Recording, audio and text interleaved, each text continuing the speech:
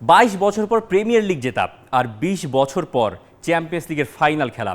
আর্সেনালের সাফল্যের পেছনে একটা বড়সড় গল্প আছে। সেই গল্পের পেছনে যারা কাজ করেছেন বা গল্পের নায়ক যারা, সব কিছু নিয়ে আজকের আলোচনা।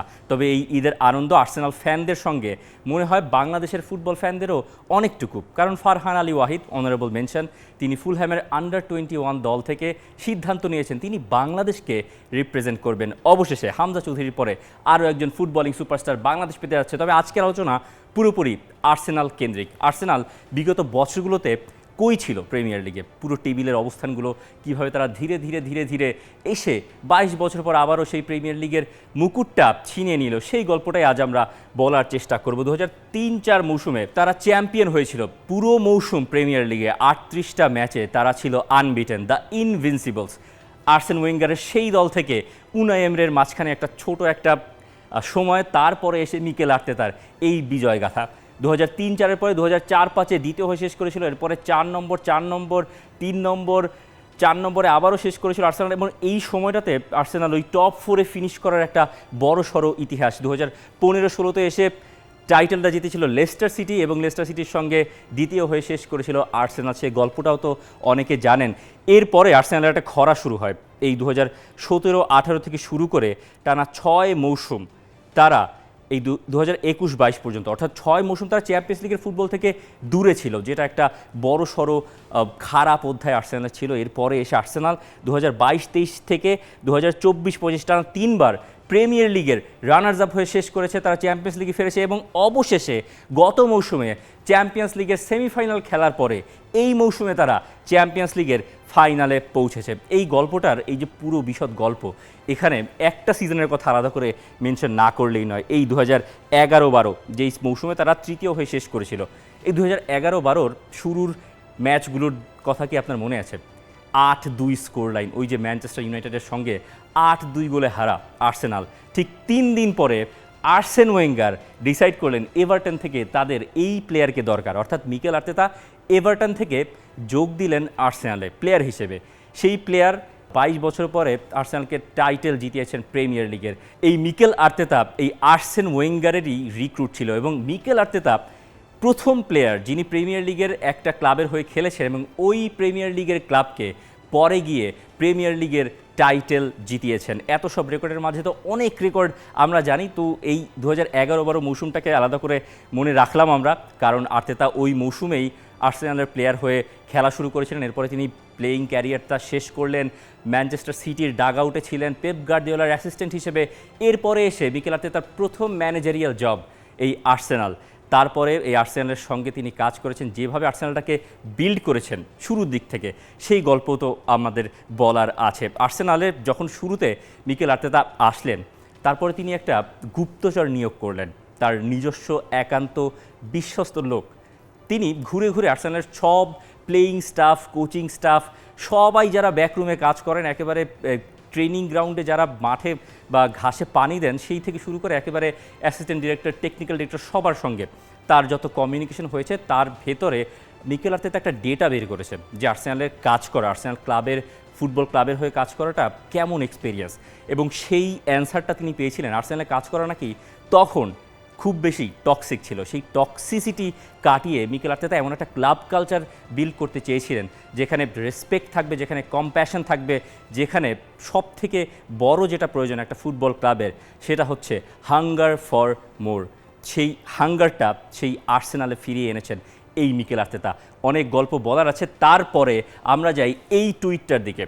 2020 ডিসেম্বর 16, বুকায়ো সাকা বিষণ্ণ মনে বসে আছেন, আর এই টুইটটা হচ্ছে ফিরতি মে 24, 2026, অর্থাৎ প্রিমিয়ার লিগের টাইটেল শিরোপাটা যখন আর্সেনাল নিয়ে উদযাপন করলো। তার আগে অবশ্য টাইটেলটা সিকিউর করে ফেলেছিল আর্সেনাল, কিন্তু এই উদযাপনের সময়ের বা পরের বুকায়ো সাকার টুইট, এই যে মাঝখানের সময়টাতে একটা বড় সড়ো কাহিনী ঘটে গেছে। এই মাঝখানের সময়টাতে অনেক উত্থান পতনের ভেতর দিয়ে আর্সেনাল ছুটে এসেছে এবং বুকায়ো সাকা এই ডিসেম্বর 16-তে 2020 সালে যখন এই ম্যাচটায়, মানে এই ম্যাচটা হচ্ছে সাউদাম্পটন ম্যাচের সঙ্গে 1-1 গোলে ড্র করার পরের একটা ছবি, যেখানে খুব বেশি হতাশ ছিলেন Bukayo Saka.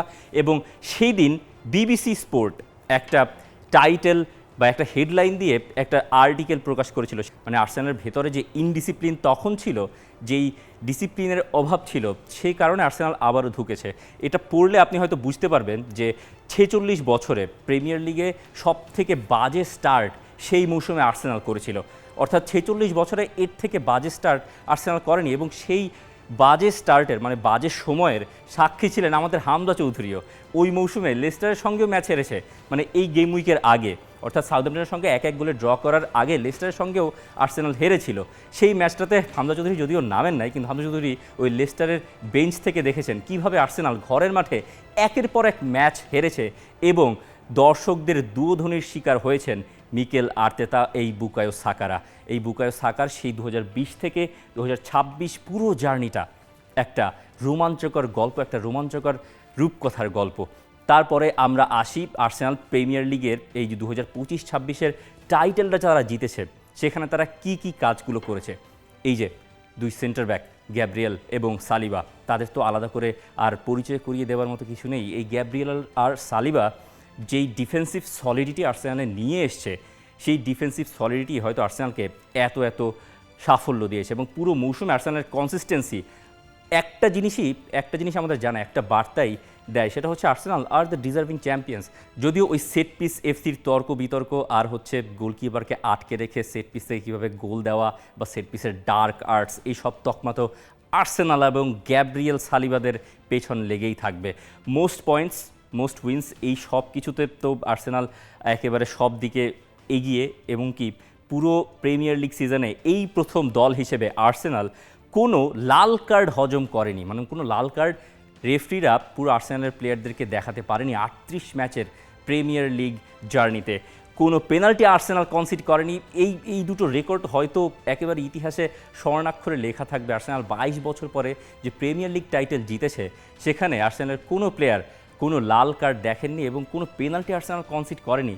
Most set piece goals, যে কথাটা না বললেই নয়, এবং এই সেট পিস গোলস যে 23টা আছে, এখানেও তো আর্তেতাকে একটা ক্রেডিট দিতে হয়। আর্তেতা 2021-এর জুলাইয়ে যখন নিকোলাস জোভেরকে দলে টেনে আনলেন, তখন নিকোলাস জোভের কাজ করতেন পেপ গার্দিওলা আর ম্যানচেস্টার সিটির, এবং একটা সময় গিয়ে আর্সেনালের এই বর্তমান কোচ অর্থাৎ মিকেল আর্তেতা পেপ গার্দিওলার ডাগআউটে যখন ছিলেন তখন 6 মাসের মতো সময় পেয়েছিলেন আর্তেতা এই নিকোলাস জোভেরকে ঠিকমতো জানার।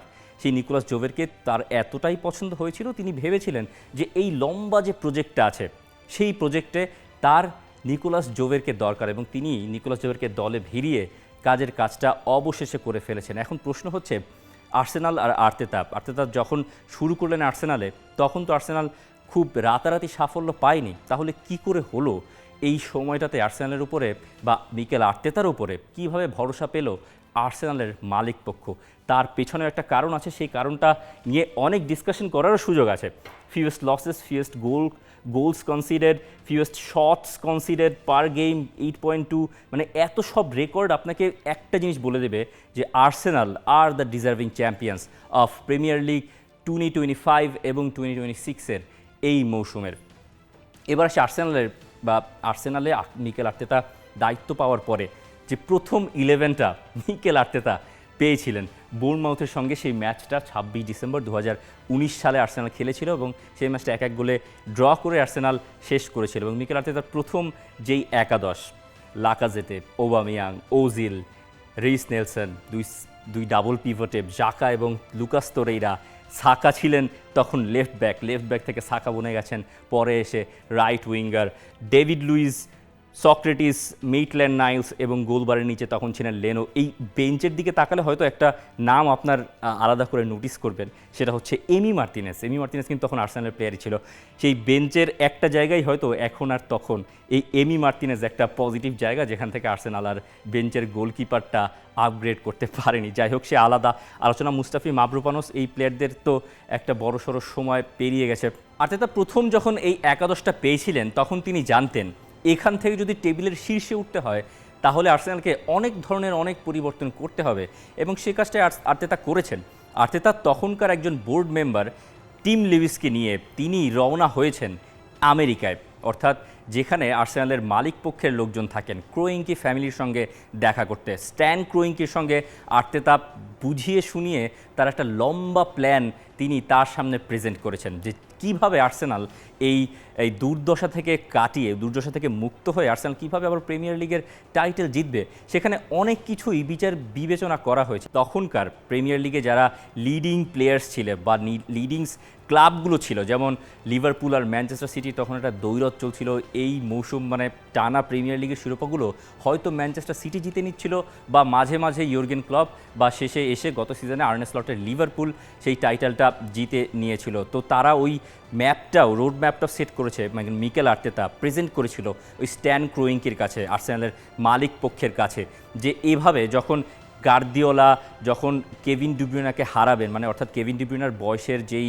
গ্রাফ সেগুলো চেক করে দেখছিলেন যে কেভিন ডি ব্রুইনা হয়তো এই বয়সে এসে, মোহাম্মদ সালাহ, ভ্যান ডাইকরা এই বয়সে এসে তাদের প্রাইম টাইম থেকে হরকে যাবেন, ঠিক তখন আর্সেনাল টার্গেট করবে যে আমরা এবার প্রিমিয়ার লিগটা জিততে চাই। এবং আর্তেতা এই যে পুরো সময়টা, এই 2026 একটা পুরো টাইম ফ্রেমে তিনি স্ট্যান ক্রোয়িঙ্কি এবং জশ ক্রোয়িঙ্কি, আর্সেনালের মালিক পক্ষের সঙ্গে একটা হেলদি কমিউনিকেশন বজায় রেখেছেন, যাতে করে আর্সেনাল, মানে আর্সেনালের যেই অভ্যন্তরীণ জিনিসগুলো বা আর্সেনালের যেই টার্গেটসগুলো বা আর্সেনালের যে ফাইন্যান্সিয়াল ব্যাকআপসগুলো, ফাইন্যান্সিয়াল যে স্ট্রাকচার, সেটা আর্তেতা ভালো মতো বুঝতে পারেন।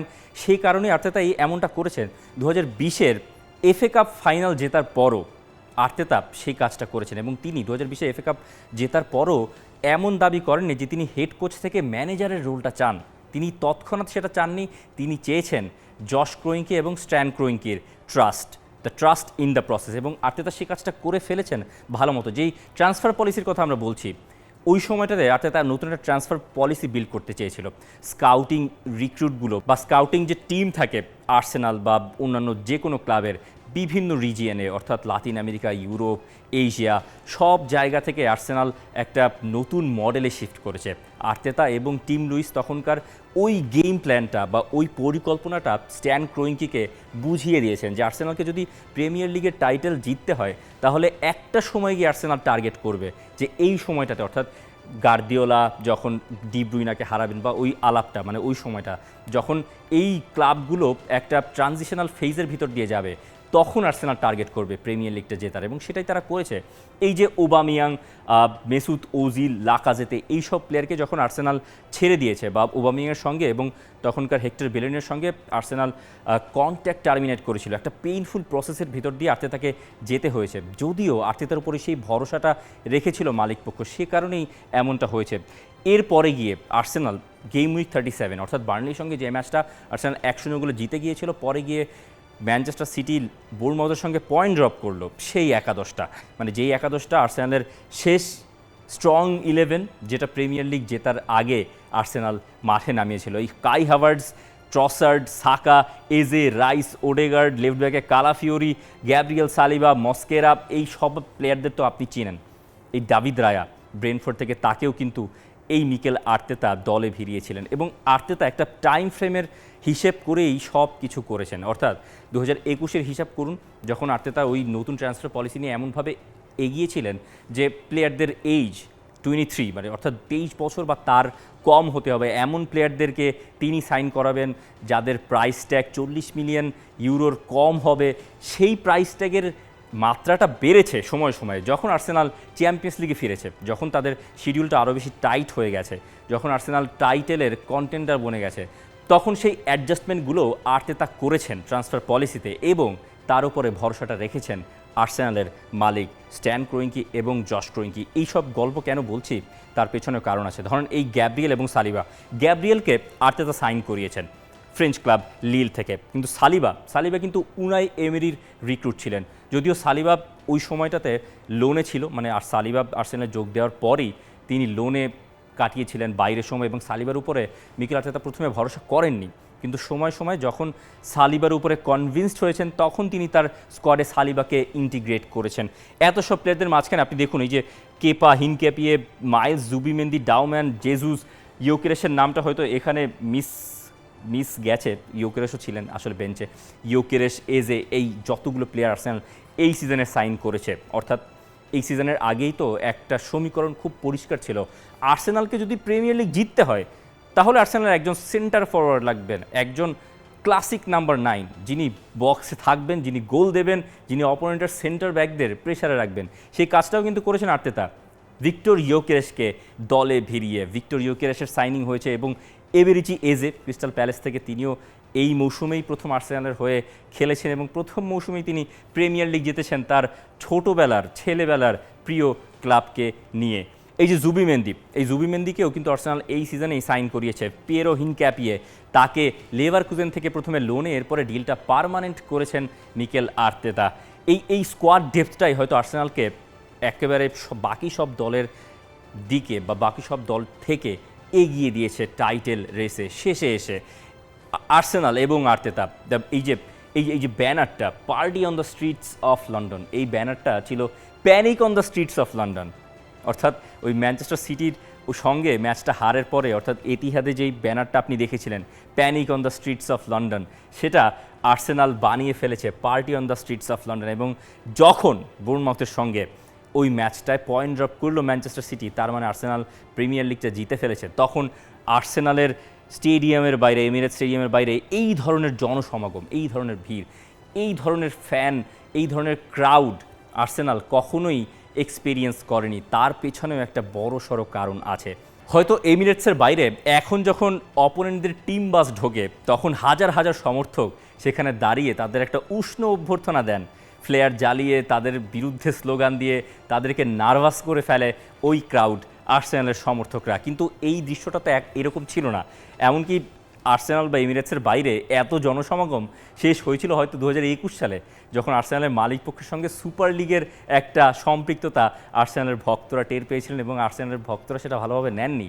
এই যে ভক্ত সমর্থকরা এত সমর্থন দিচ্ছেন এবং মিকেল আর্তেতা এবং পুরো দল জানে যে আর্সেনালকে যদি বিশ্বের বা ইউরোপের সেরা দলগুলোর ভেতরে একটা হতে হয়, তাহলে এই ধরনের ক্রাউড, এই ধরনের ফ্যান্স আর্সেনালের দরকার পড়বে। সেই কাজেও বা সেই কাহিনীর পেছনেও মিকেল আর্তেতা একটা বাজিমাত করেছেন। সেটা কিভাবে করলেন? মানে এত সব সেন্টার পিসের মাঝখানে মিকেল আর্তেতা হয়তো এমন একটা আনঅর্থোডক্স কাজ করেছেন, সেই সাহসটা হয়তো কেউ করতেন না। এই যে লুইস ডানফোর্ড, একজন ভদ্রলোক, যিনি ওই গানটা লিখেছেন নর্থ লন্ডন ফর এভার, গানটা তো সবাই শুনেছেন হয়তো, বা আর্সেনালের ভক্তরা যারা আছেন তারা আলাদা করে জানবেন। নর্থ লন্ডন ফর এভার, মে 8, 2022, অর্থাৎ 2022-এর 8 মে আর্সেনাল প্রথম তাদের এমিরেটস স্টেডিয়ামে এই গানটা অ্যানথেম হিসেবে নিজেদের গ্রহণ করেছে এবং অফিসিয়াল অ্যানথেম হিসেবে ম্যাচের আগে এবং ম্যাচের পরে ওই North London forever, whatever the weather, the streets are our own, ওই লাইনগুলো একসঙ্গে কোরাস, মানে ওই কোরাস পার্টটুকু একসঙ্গে আর্সেনালের ফ্যানরা যখন মানে গণজোয়ারের সৃষ্টি করে এবং আর্সেনালের ফ্যানরা যেভাবে উচ্চস্বরে ওই গানটা একত্রে গায়, তখন আর্সেনালের ভেতর একটা বাড়তি কনফিডেন্স কাজ করে, একটা বাড়তি একাগ্রতা কাজ করে। পুরো আর্সেনালের ফ্যানস এবং মাঠের যে প্লেয়াররা থাকেন, পুরো বেঞ্চ সবাই এক হয়ে যান। সেই কাজটাও করেছেন মিকেল আর্তেতা। এই মে 8, 2022, মানে এই তারিখেই এই north London for ever Arsenal এই গানটাকে অফিসিয়াল অ্যানথেম হিসেবে গ্রহণ করেছে। তার আগে এই লুইস ডানফোর্ড ভদ্রলোক, তিনি একটা পাবে বসে এই গানটা তিনি লিখেছিলেন। তার কোনো ইন্টেনশন ছিল না যে আর্সেনাল ক্লাবকে নিয়ে তিনি লিখবেন, বরং তিনি নর্থ লন্ডনে তার বেড়ে ওঠা, সেজন্যই তিনি এই গানটা তার শৈশবের ওই জায়গাগুলোকে স্মরণ করে লিখেছিলেন। কিন্তু আর্তেতা এই ডানফোর্ডের ওই টুইটটা তিনি দেখেছিলেন। ওই টুইটটা হওয়ার পরে মানে একদিন পাবে বসে এপ্রিলের কোনো একটা রাতে ডানফোর্ড তার বন্ধুকে নিয়ে ওই ভিডিওটা করেছিলেন। ওই টুইটটা বেশ ভাইরাল হয়ে পড়ে। শেষমেশ আর্তেতা ওই টুইটটা দেখে ফেলেন এবং আর্তেতা ডিসাইড করেন একটা প্রেস কনফারেন্স তো না, আর্সেনাল ট্রেনিং গ্রাউন্ডে সব প্লেয়ারদের নিয়ে আর্তেতা একটা প্রেজেন্টেশন দেন সব প্লেয়ারদের মাঝখানে নিয়ে, এবং আর্তেতা সেখানে ওই গ্যাব্রিয়েল, সালিবা সবাইকে বুঝাচ্ছেন একটা জিনিস, যে 22-23 মৌসুম থেকেই কিন্তু আর্সেনালের উত্থানটা শুরু। আপনি যদি খেয়াল করেন আর্সেনাল প্রিমিয়ার লিগের ওই দ্বিতীয় পজিশনে থাকা বা আর্সেনালের টাইটেল কন্টেন্ডার হওয়া, ওই সিজনের ঠিক আগের মুহূর্ত এটা। এবং লুইস ডানফোর্ডের ওই গানটা আর্তেতা এভাবেই ব্যবহার করতে চেয়েছেন যেন আর্সেনাল একটা অ্যানথেম খুঁজে পায়, যেই অ্যানথেমটা বা যেই কোরাসটা বা যেই সঙ্গীতের মাধ্যমে আর্সেনাল পুরো সমর্থক গোষ্ঠী এবং আর্সেনাল প্লেয়ারদের ভেতরে একটা ইউনিটি বিল্ড করতে পারে। এবং সেই ইউনিটির জন্য আর্তেতা লুইস ডানফোর্ডের গানটাকে অফিসিয়াল অ্যানথেম বানিয়েছেন। লুইস ডানফোর্ডকে ট্রেনিং গ্রাউন্ডে নিয়ে এসেছেন, প্লেয়ারদের সঙ্গে দেখা করিয়েছেন এবং নর্থ লন্ডন ফর এভার ওই অ্যানথেমটা এই 8 মে 2022-এর পর থেকে আপনি শুনছেন, যতবারই আপনি আর্সেনালের ম্যাচ দেখছেন তারপর থেকে আর্সেনালের এই দৃশ্যপটটা পাল্টে যাওয়া। যদিও আর্সেনালের এই প্রিমিয়ার লিগ জেতার পেছনে অনেকজনের অনেক অবদান, কিন্তু খুব সম্ভবত যে কাজের কাজটা আর্তেতা করেছেন সেটা হচ্ছে একটা আনঅর্থোডক্স উপায়ে একটা অ্যানথেমকে ইউজ করে পুরো আর্সেনালকে একত্র করে সাফল্যের দিকে নিয়ে যাওয়ার একটা নতুন রাস্তা তিনি খুঁজে বের করেছেন। এবার আসি আর্তেতার ছোটোবেলার বন্ধু আন্দোনি ইরাওলার প্রসঙ্গে। এই বোর্নমাউথের সঙ্গেই কিন্তু আর্সেনাল পয়েন্ট ড্রপ করেছিল, মনে আছে তো? এবং ওই ম্যাচটা আর্সেনাল হেরেছিল তাদের ঘরের মাঠে। ওই ম্যাচটা হারের পর আর্সেনাল ভক্তদের মাঝে একটা বড় ধরনের শঙ্কা জেগেছিল আর্সেনালকে প্রিমিয়ার লিগটা জিততে পারবে বা আর্সেনালকে আবারও বটল করতে চলেছে। সেই প্রসঙ্গে পরে আসি, কিন্তু এই আন্দোনি ইরাওলা হয়তো এই ছেলেবেলার বন্ধু মিকেল আর্তেতাকে এমন একটা উপহার দিয়েছেন, সেই উপহারটাই আর্তেতা হয়তো তার কাছে চাচ্ছিলেন। এবং ম্যাচ শেষে অর্থাৎ বোর্নমাউথের সঙ্গে ম্যানচেস্টার সিটি যখন ওই ম্যাচটা ড্র করলো, এরপরেই তো আর্সেনালের ওই স্পোর্টিং সেন্টারে ওই সব সেলিব্রেশন আপনি দেখেছেন, যখন আর্সেনাল প্লেয়াররা বুঝে গেছে তারা প্রিমিয়ার লিগের চ্যাম্পিয়ন। তারপরে প্রেস কনফারেন্সে এসে আন্দোনি ইরাওলাকে জিজ্ঞেস করা হলো যে মিকেল আর্তেতা কি তাকে কোনো বার্তা দিয়েছেন বা তাকে কল করেছেন বা তাকে মেসেজ করেছিলেন।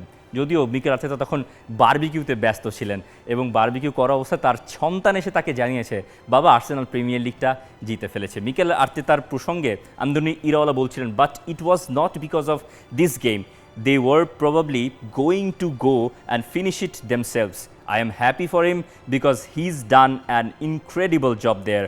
The last few seasons they have been very consistent. অর্থাৎ মানে আন্দোনি ইরাওলা এই পুরো ক্রেডিটটা নিজের উপরে না নিয়ে মিকেল আর্তেতা এবং আর্সেনালকেই দিয়ে দিয়েছেন। অর্থাৎ আর্সেনাল যে কনসিস্টেন্সি এই গত 3 সিজন রানার্স আপ হওয়ার পরে এই সিজনেও দেখিয়েছে, সেই কারণে আর্সেনাল চ্যাম্পিয়ন হয়েছে। হয়তো অনেকে দ্বিমত পোষণ করবেন, তবে সে যাই হোক আর্সেনাল তো প্রিমিয়ার লিগটা জিতে ফেলেছে। এবং বারবিকিউ যে প্রসঙ্গে যে বলছিলাম, আর্সেনাল যখন এই প্রিমিয়ার লিগের টাইটেলে একেবারে শেষ দিকে ছিল, যখন অনেক বেশি প্রেশার ছিল, অনেক বেশি নার্ভি সিচুয়েশন ছিল, আপনি তখনই দেখবেন যে আর্তেতা হয়তো ম্যাচের মাঝে এমন একটা সময় এমন বেশি হতাশ হয়ে পড়ছেন, এমন বেশি চাপে পড়ে যাচ্ছেন, হয়তো সেই চাপটা পুরো স্টেডিয়াম জুড়ে রেজোনেট হচ্ছে বা পুরো ভক্তরাও সেই চাপটা বা প্রেশারটা ফিল করছে। আবারও কি আর্সেনাল বটল করবে? আবারও কি সেই একই দুর্দশার কাহিনী বলতে হবে বা দেখতে হবে? সেই মিকেল আর্তেতা তার ট্রেনিং গ্রাউন্ডে প্রতি সন্ধ্যায় একটা আয়োজন করতেন এই শেষের সপ্তাহগুলোতে। প্লেয়ারদের এবং যত ধরনের স্টাফরা কাজ করেন সবাইকে নিয়ে বারবিকিউ আয়োজন করতেন মিকেল আর্তেতা, যাতে ওই বারবিকিউ সেশনের মাঝে সবাই একটু প্রেশারটা রিলিজ করতে পারে। হয়তো এটা মিকেল আর্তেতার আরও একটা আনঅর্থোডক্স উপায় প্রেশারটা রিলিজ করার, এবং সেই সব প্রেশার রিলিজের যত তরিকা বা উপায় মিকেল আর্তেতা বের করেছেন সব কিছুই এবার কাজে দিয়েছে। এবার আসি দ্য ফাইনাল অ্যাসাইনমেন্টে। আর্সেনাল প্রিমিয়ার লিগটা তো জিতে ফেলেছে এবং আর্সেনাল 20 বছর পরে আবারও চ্যাম্পিয়ন্স লিগের ফাইনালে, এবং চ্যাম্পিয়ন্স লিগের ফাইনালে তার প্রতিপক্ষ এই পিএসজি, যে পিএসজি রেইনিং ডিফেন্ডিং চ্যাম্পিয়ন্স। সেই পিএসজির সঙ্গে 30 মে রাত 10টা বুদাপেস্ট অ্যারিনাতে খেলবে আর্সেনাল।